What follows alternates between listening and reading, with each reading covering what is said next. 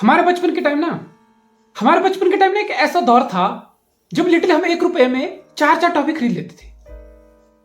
हमारे बचपन के टाइम ये 10-12 साल पहले भी आप जाओगे ना, एक दौर था कि 100 रुपए में बहुत सारी चीजें खरीदी जा सकती थी। आज 100 रुपए वही है, लेकिन चीज भी वही है, लेकिन उसी चीज को खरीदने के लिए आज 100 रुपए नहीं 200 और 300 रुपए लगेंगे। महंगाई ने सब कील ले रखी है। महंगाई बढ़ती ही जा रही है। पिछले 15 साल से, 10 साल से, 5 साल से आज कंपेयर करके देख लो, कुछ भी चीज का दाम जो मर्जी कंपेयर करके देख लो, दुगुना तिगुना हो चुका है। हर चीज महंगी हो गई है। और फुटबॉल की दुनिया है ना, वो भी महंगाई की मार से अलग नहीं है। तो आज हम डिस्कस करेंगे कि इन्फ्लेशन ने, महंगाई ने कैसे फुटबॉल की दुनिया को, वर्ल्ड को चेंज करके रखा है, कैसे इन्फ्लेशन ने फुटबॉल वर्ल्ड को इंपैक्ट करके रखा है। 2009, आज से 14 साल पहले, क्रिस्टियानो रोनाल्डो जैसा सुपरस्टार ऑफ वर्ल्ड फुटबॉल भी 89 मिलियन पाउंड में बिक रहा था। आज क्रिस्टियानो रोनाल्डो जैसे प्लेयर को खरीदने के लिए ना 89 नहीं लगेंगे, 189, 200 मिनिमम मान के चलो आप। आज से 12 और 14 साल पहले सर्जियो एग्युएरो जैसा स्ट्राइकर मैन सिटी ने 25 मिलियन पाउंड में खरीदा था। आज के मार्केट में महंगाई का इतना जलवा है कि रोमेलू लुकाकू जैसा स्ट्राइकर 115 मिलियन यूरोज में चेल्सी खरीद रहा है, फिर गारंटी उसकी भी कुछ नहीं है। यानी कि बॉटम लाइन ये है कि आज के ट्रांसफर मार्केट में because of inflation, because of महंगाई, एरा गैरा नथु गैरा भी 80, 90 और 100 मिलियन में बिक रहा है। फॉर एग्जाम्पल आज से 6-7 साल पहले केविन डी ब्रुयने जैसा प्लेयर ट्रांसफर मार्केट में 60 मिलियन तक बिक रहा था, मिल रहा था।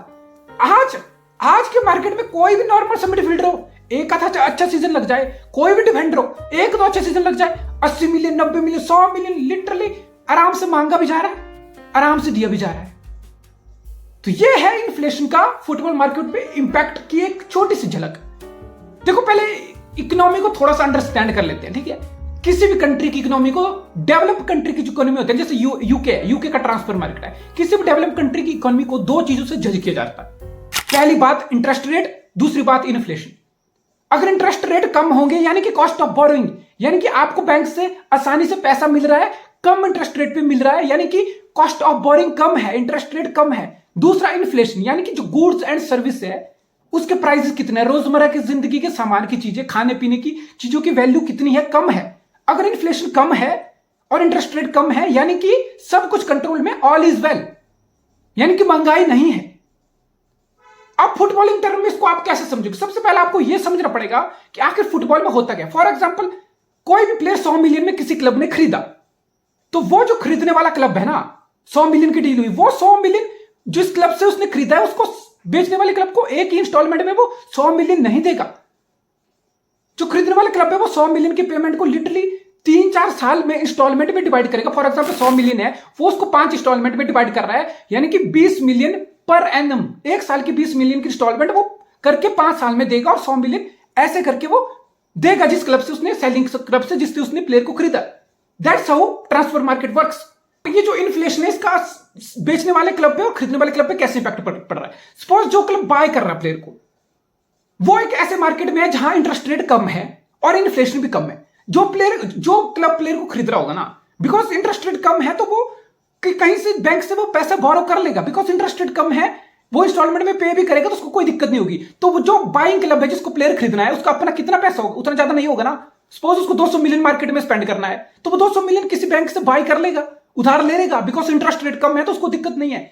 उधार लेके फिर जो बाइंग क्लब है जिससे वो 200 मिलियन का प्लेयर ले रहा है, वो उसको एक ही बार में दे देगा कि लो, कोई बात नहीं, मैंने बैंक से पैसे ले लिए, इंटरेस्ट रेट कम है, मेरे को ज्यादा दिक्कत नहीं है, आप पूरी इंस्टॉलमेंट के चक्कर में छोड़ो, अपफ्रंट पेमेंट ले लो। जैसे रियल मैड्रिड ने 2009 में क्रिस्टियानो रोनाल्डो की ट्रांसफर में किया था कि मैनचेस्टर यूनाइटेड को वन टाइम पेमेंट करके सारा 90 मिलियन दे दिया था। आज के ट्रांसफर मार्केट में ऐसा नहीं हो रहा। आज के ट्रांसफर मार्केट में 100 मिलियन के प्लेयर की वैल्यू को 5-5 साल की इंस्टॉलमेंट में पे करके दिया जा रहा है, ठीक है। तो अगर इन्फ्लेशन कम है, इंटरेस्ट रेट कम है, तो बाइंग क्लब होगा, वो लोन लेगा, लोन लेके इंस्टॉलमेंट एक बार दे देगा।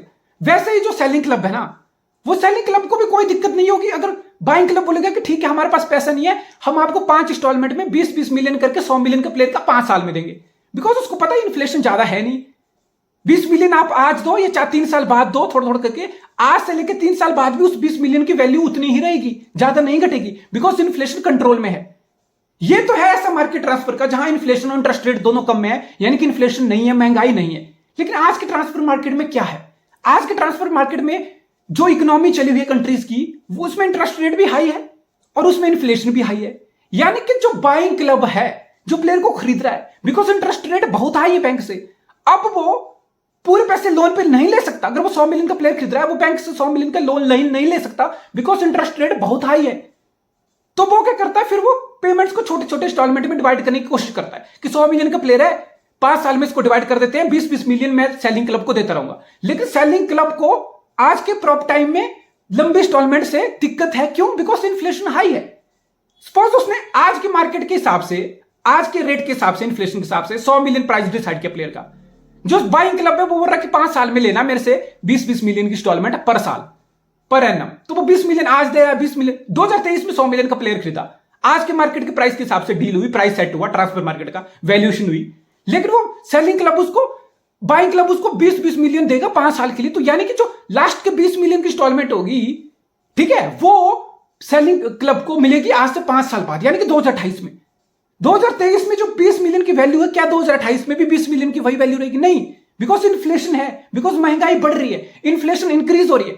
यानी कि आज जो 20 मिलियन से आप सामान ले पाओगे ना, मे भी वही सामान आपको 2028 में 20 की जगह 25 मिलियन में लेना पड़ेगा, वही चीज। यानी कि इन्फ्लेशन है।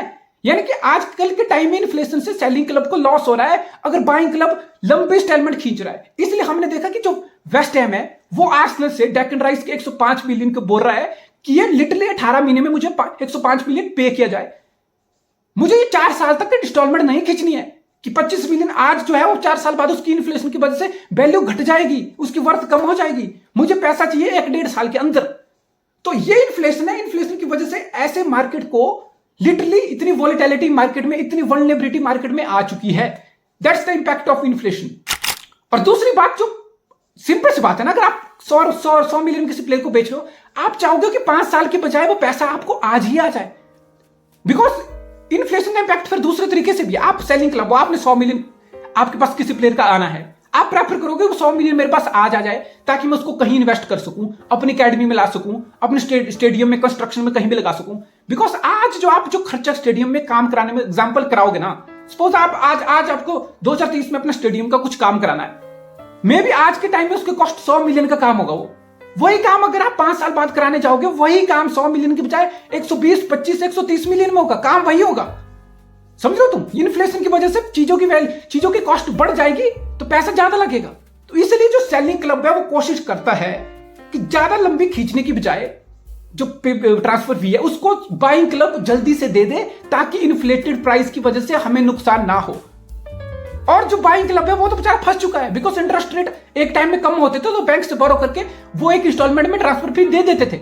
लेकिन आज के टाइम में इंटरेस्ट रेट बहुत हाई है, अगर उनको कहीं से लोन भी लेना हो तो फिर इंटरेस्ट पे करने में वहां भी उनको नुकसान हो रहा है, और वन टाइम पेमेंट करने में फिर अलग से उनको एक टाइम का ज्यादा एक्सपेंस हो रहा है। यानी कि इन्फ्लेशन ने ट्रांसफर मार्केट को बहुत ज्यादा डैमेज करके रखा। अब इसमें दूसरा रोल आता है अमोर्टाइजेशन का। देखो, आप लोगों ने सुना होगा ना कि कोई भी क्लब किसी प्लेयर को 100 मिलियन में खरीदता है या 200 मिलियन में 2 प्लेयर खरीद लिया। हम सोचते हैं कि एक ही ट्रांसफर विंडो में किसी क्लब ने इतना पैसा कैसे उड़ा लिया। सपोज चेल्सी है, चेल्सी पिछली 2 ट्रांसफर विंडो से 300 मिलियन यानी कि 600 million Chelsea football club 2 transfer window में उड़ा चुका है।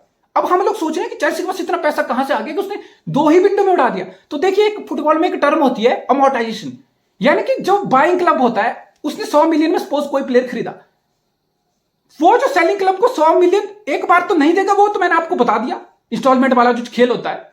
लेकिन वो अपनी बुक्स में ऐसा नहीं दिखाएगा। सपोज 2023 लगा हुआ है, 2023-24 की ट्रांसफर विंडो लग चुकी है, सीजन स्टार्ट हो चुका है। सपोज चेल्सी ने कोई प्लेयर 100 मिलियन में खरीदा, तो चेल्सी वो 100 मिलियन अपनी बुक में 2023 साल के लिए नहीं डाल देगी पूरा। वो बेसिकली जो प्लेयर होगा उसके जो कॉन्ट्रैक्ट की लेंथ होगी, सपोज प्लेयर को 5 साल का कॉन्ट्रैक्ट दिया, जो ट्रांसफर फी प्लेयर किया वो लेंथ ऑफ द कॉन्ट्रैक्ट से डिवाइड की जाएगी। सपोज 100 मिलियन ट्रांसफर फी है और 5 साल का प्लेयर को कॉन्ट्रैक्ट दिया है, तो वो ट्रांसफर फी 5 साल से डिवाइड हो जाएगी 100 मिलियन, यानी कि 20 मिलियन पर सीजन ही चेल्सी अपनी बुक्स में दिखाएगी कि 20 मिलियन इस साल का खर्चा, 20 अगले का, 20 अगले का, यानी कि 5 साल उसको डिवाइड कर लेगी। सपोज 4 साल का कॉन्ट्रैक्ट है तो 100 मिलियन की प्लेयर की फी है, तो वो 4 साल से डिवाइड होगी, यानी कि 25 मिलियन, यानी कि उसको अपनी बुक में ज्यादा कैश दिखाना पड़ेगा। इससे होता क्या है? इससे होता यह है कि क्लब की स्पेंडिंग पावर एक सीजन में एट टाइम बढ़ जाती है। कोई भी क्लब लिटरली 300 मिलियन किसी विंडो में उड़ा सकता है, और उसको वो 300 मिलियन एक ही विंडो में नहीं दिखाना है अपनी बुक्स में, एक ही बार में दिखाएगा तो literally financial fair play FFP की गाइडलाइंस का ब्रीच हो जाएगा। बिकॉज एफएफपी का बड़ा सिंपल फंडा है, आप उतना ही उड़ाओगे जितना आप कमाओगे, जितना आप कमाओगे आप उतना ही खर्च करोगे। ऐसा नहीं हो सकता कि आपका रेवेन्यू 600 मिलियन हो रहा है और आपके एक्सपेंस 700 मिलियन हो रहा है, यानी कि अब 100 मिलियन का लॉस हो रहा है आपका। ऐसा नहीं हो सकता, फिर आप स्पेंडिंग पावर आपकी घट जाएगी। तो बेसिकली इसी को कवर अप करने के लिए, एफएफपी की गाइडलाइन से बचने के लिए, चेल्सी जैसे क्लब ने, आपने सुना होगा पिछले साल क्या किया, 6 साल का कॉन्ट्रैक्ट, 7 साल का कॉन्ट्रैक्ट, 8 साल के कॉन्ट्रैक्ट चेल्सी ने प्लेयर को दिए, सिंपली बिकॉज कोई 100 मिलियन का प्लेयर है, वो उसको 8 साल का कॉन्ट्रैक्ट है, उसकी फी को आप 8 से डिवाइड कर सकते हो। आपको फिर उतनी कम फी अपनी बुक्स में 1 साल के लिए दिखानी है, दूसरे के लिए दिखानी है, सेग्रीगेट कर रहे हो आप, समझ रहे हो, इसको अमोर्टाइजेशन कहा जाता है। तो फीफा ने, यूएफए ने भी यहां पे एक चीज देखी कि चेल्सी जैसा क्लब एफएफपी से बचने के लिए लंबे लंबे कॉन्ट्रैक्ट दे रहा है और पैसे एक बार में ज्यादा उड़ा रहा है, और लंबे कॉन्ट्रैक्ट की वजह से उस फीस को लंबे टाइम तक स्प्रेड कर रहा है, एफएफपी की बुक्स से बच रहा है।